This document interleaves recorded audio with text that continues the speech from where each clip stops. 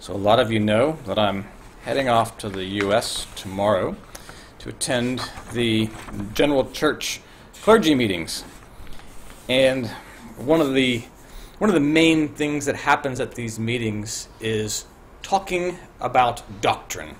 So you'll have ministers from all around the world who will have written a paper, and they'll say, all right, from the teachings of the new church, we have all these passages, and I believe this means that we should do this. This is the understanding of things. And then we put that paper up for discussion. And so you present your paper, and then the next other minister will say, yes, I agree with this, no, I don't. And it's just a vetting process, a peer review process of these papers. It's a long-term tradition in the new church, the general church specifically, to do this. And it's based around this idea that we need to have doctrinal purity, soundness and purity of doctrine. And that idea comes from this quote in True Christian Religion, number 245. It's in your order of service if you would like to read along. It said, "It is known that the church is in accordance with its doctrine, and that doctrine is from the Word. Nevertheless, it is not doctrine, but soundness and purity of doctrine, consequently the understanding of the Word that establishes the church." All right, so did you get that? It's the soundness and purity of doctrine that establishes the church. Neither is it doctrine, but a faith and life in accordance with doctrine that establishes and constitutes the special church in the individual man. That ties in so nicely to the kids, how, it's not just what you know, it's this faith and life in accordance with it that pulls it all together. You've got to do it. So this all kind of comes together in a sense that we had last week with our New Church Day celebrations, this talk about the establishment of the new church.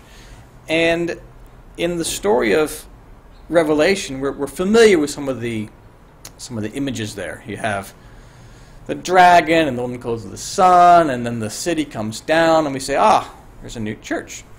But we have other depictions of this process in the scriptures, and one of them is the story of Cain and Abel. And what the Cain and Abel story shows us is actually the importance of this idea of sound doctrine, that you have to have sound teaching fundamentals in order to have a church that's workable. So it kind of makes some sense in the context of clergy meetings and Revelation. So I'm assuming you're somewhat familiar with the story of Cain and Abel. I'm not going to read the entire thing. The basis of the story is there's two brothers. These are the sons of Adam and Eve. Cain kills Abel out of jealousy. And then this is where we'll pick it up, Genesis chapter 4, verse 10. Even though it says 15 there, it's actually verse 10.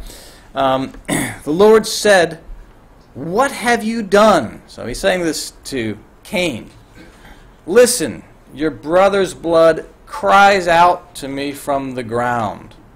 Now you are under a curse and driven from the ground, which opened its mouth to receive your brother's blood from your hand. When you work the ground, it will no longer yield its crops for you. You will be a restless wanderer on the earth." Cain said to the Lord, "My punishment is more than I can bear. Today you are driving me from the land, and I will be hidden from your presence. I will be a restless wanderer on the earth, and whoever finds me will kill me." Let's pause there so for anybody who ever thinks that the Bible is a literal story. Just notice, who is Cain worried about killing him? Because if you take the Bible literally, there's only Adam and Eve and Cain that exist at this point. Therefore, this is not a literal story. This is a biblical allegory, because otherwise there's no one to kill Cain. But the Lord said to him, "Not so. Anyone who kills Cain will suffer vengeance 7 times over." Then the Lord put a mark on Cain so that no one who found him would kill him. So Cain went out from the Lord's presence and lived in the land of Nod, east of Eden. Cain made love to his wife, and she became pregnant and gave birth to Enoch. So here we have Adam and Eve, and we're going to start doing this visually because it can otherwise, at least for me, it was hard to follow. So we have Cain gives us Enoch. Cain was then building a city, and he named it after his son Enoch. To Enoch was born Irad, and Irad was the father of Mehuhuel, and Mehuhuel was father of Methushael, and Methushael was the father of Lamech. Now Lamech, he married two women, one named Ada and one named Zillah. And Ada gave birth to Jabal, and he was the father of those who live in tents and raise livestock. His brother's name was Jubal, and he was the father of all who play stringed instruments and pipes. Zillah also had a son, Tubal-Cain, who forged all kinds of tools out of bronze and iron. Tubal-Cain's sister was Naamah. Lamech said to his wives, Ada and Zillah, listen to me, wives of Lamech, hear my words. I have killed a man for wounding me, a young man for injuring me. If Cain is avenged 7 times, then Lamech 77 times. Adam made love to his wife again, and she gave to birth to a son and named him Seth, saying, God has granted me another child in place of Abel, since Cain killed him. Seth also had a son, and he named him Enosh. And at that time, people began to call on the name of the Lord. So, this is our story and our family tree. And what the writings tell us is that this is a story about the decline and establishment of a new church. And church, we don't mean like a organization, of course. It's church as in a way of seeing the Lord, understanding spirituality. And you have to understand what each of these characters mean, which is what we're going to do now. So, start with Cain and Abel. So Cain represents faith, and Abel is charity. So Cain, a belief in the Lord and a belief in the laws and the teachings of the Lord, and Abel represents charity. Going out, living a good life, not doing evil things, and doing honestly, justly, and faithfully in your job. So in the story, Cain kills Abel. So now you have a faith, but doesn't have any love tied into it. So if this is your church, it's all you've got left, and it gives birth to Enoch, well, Enoch is a heresy. Notice what Cain goes out and builds. Cain goes out and builds a city. Now, if we think back to this original starting of Cain and Abel, when Cain kills Abel, it says that Abel's blood goes down into the ground, and then the ground is cursed. Well, in the beginning of the story, the ground represents the church. So by the death of charity, by the death of good actions, the church itself is cursed. The church will bear no fruit. Anything you try to get out of it, it's not going to happen. This is not going to work for you. It's going to be bad. So it's the church that is cursed by the death of Abel. Because Cain has a bad starting place, it creates a heresy. And what does he build? He builds a city, and so this is his doctrinal understanding. This is his systematic theology. Some will say, well, our theological starting point is Jesus died on the cross for your sins, and therefore if Jesus died on the cross for your sins, he needed to be done because the Father was angry, and the Father was angry because people did the wrong things, and he needed to, it goes on that whole line. That is a doctrinal city. The new church will say their doctrinal city is you believe that God is love and wisdom. That's his starting point. And then from there you draw your doctrine from that point. But Cain starts in this idea that you can have faith without love. And it brings forth a heresy. And how does that bring forth? Irad, and he's a bigger heresy. And Mehuhuel, he's an even worse heresy, and he's even bigger. And interestingly enough, this is about what the writings actually say about those guys. That these kids here, they're like, it's all lost. He's like, it's all lost to history. You can look up their names, and their Hebrew names will give you some insight as to what their heresy was.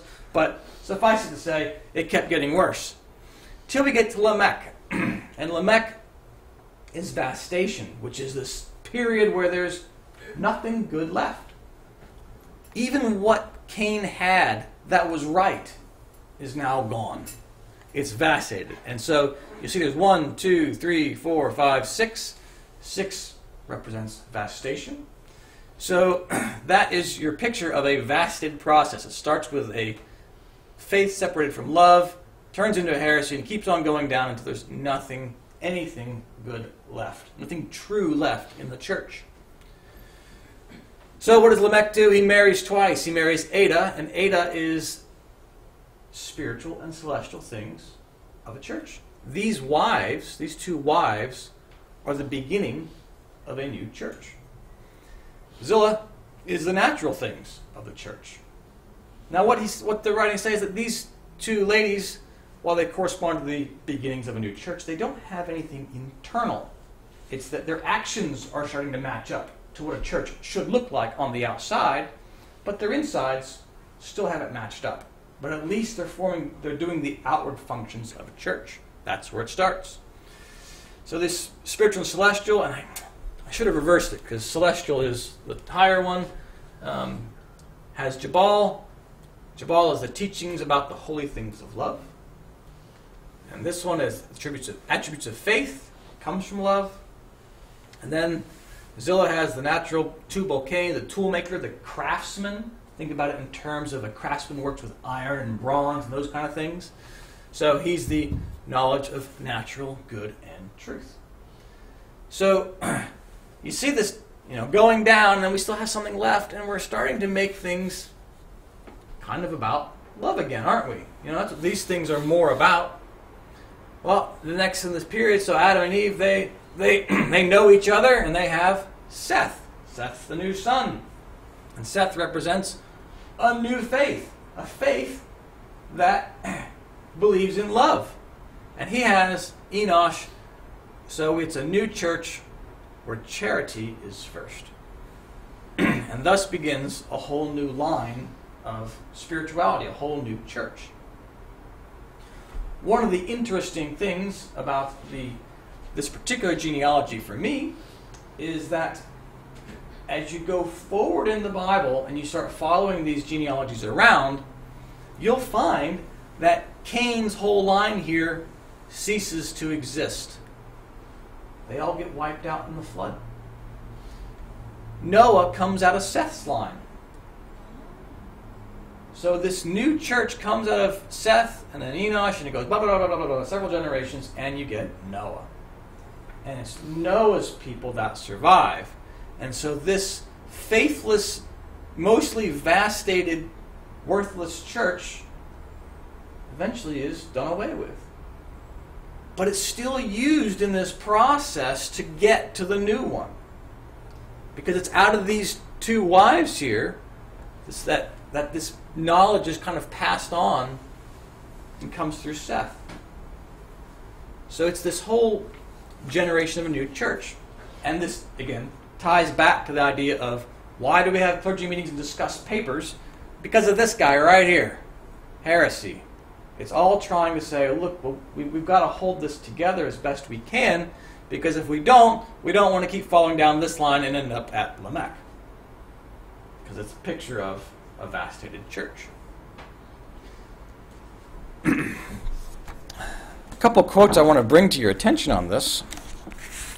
One is Secrets of Heaven's 409. It's not in your order of service. Sorry, I didn't have space for it. It talks a little about the heresy called Cain. It says that the heresy called Cain, which was vastated with the passage of time, did acknowledge some love. Yet it made faith the chief thing and set it above love. The heresies descending from Cain gradually strayed even from this, and Lamech, who was sixth in line, went so far as to reject faith altogether. This is the struggle I think we have in life of faith and love. Because you want to be nice to people, right? You want to tell people how nice they are and how much you love them and care for them.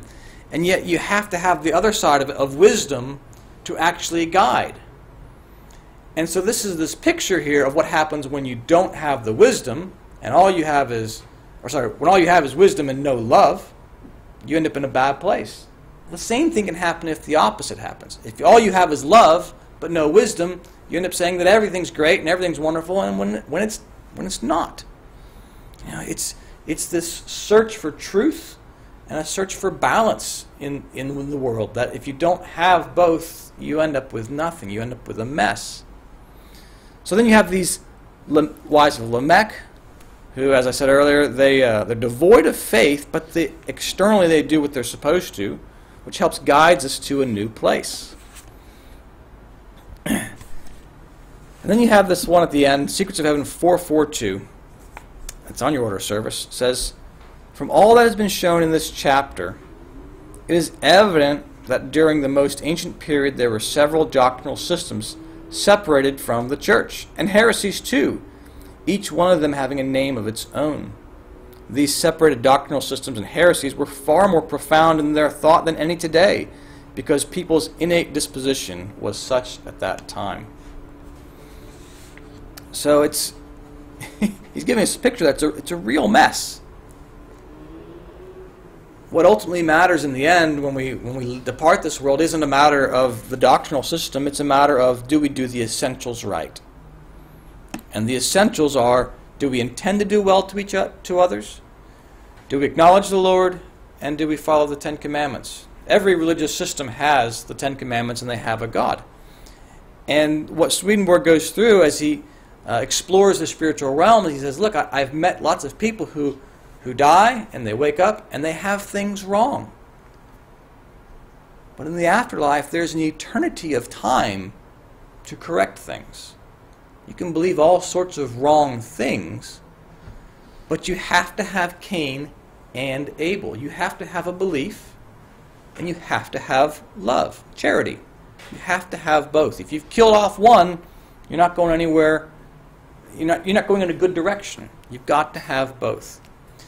So it's all about this search for truth. What is actually true? I think in the world today we end up trying to make things, well, this is my truth, this is your truth, this is, our individual truth. But the Lord's telling us here that there are things that are actually true, that are objectively true. And if we get off that course, we end up following down this path of heresies that leads us into a pit of nothing, leads us to Lamech. Like we were saying with the kids, when the Old Testament ends, the Lord's still knocking on the door. Come on, I'm here. Listen to me. It's the same thing true with this story too. At the end you have Lamech, it's vastated, and the Lord's knocking on the door. Okay, we'll put these other women in two wives in place. They'll lead us to Seth. Seth will lead us to Noah. It'll all be okay. On a bigger scale. But individually we can have the same process happen to us. And we've got to make those choices to make sure that our doctrine, our internal doctrine, is sound. We've got to make sure that we do our job to make sure that the teachings that we believe to be true actually are true. Because those are the things that are going to lead us to a new church within us. Amen.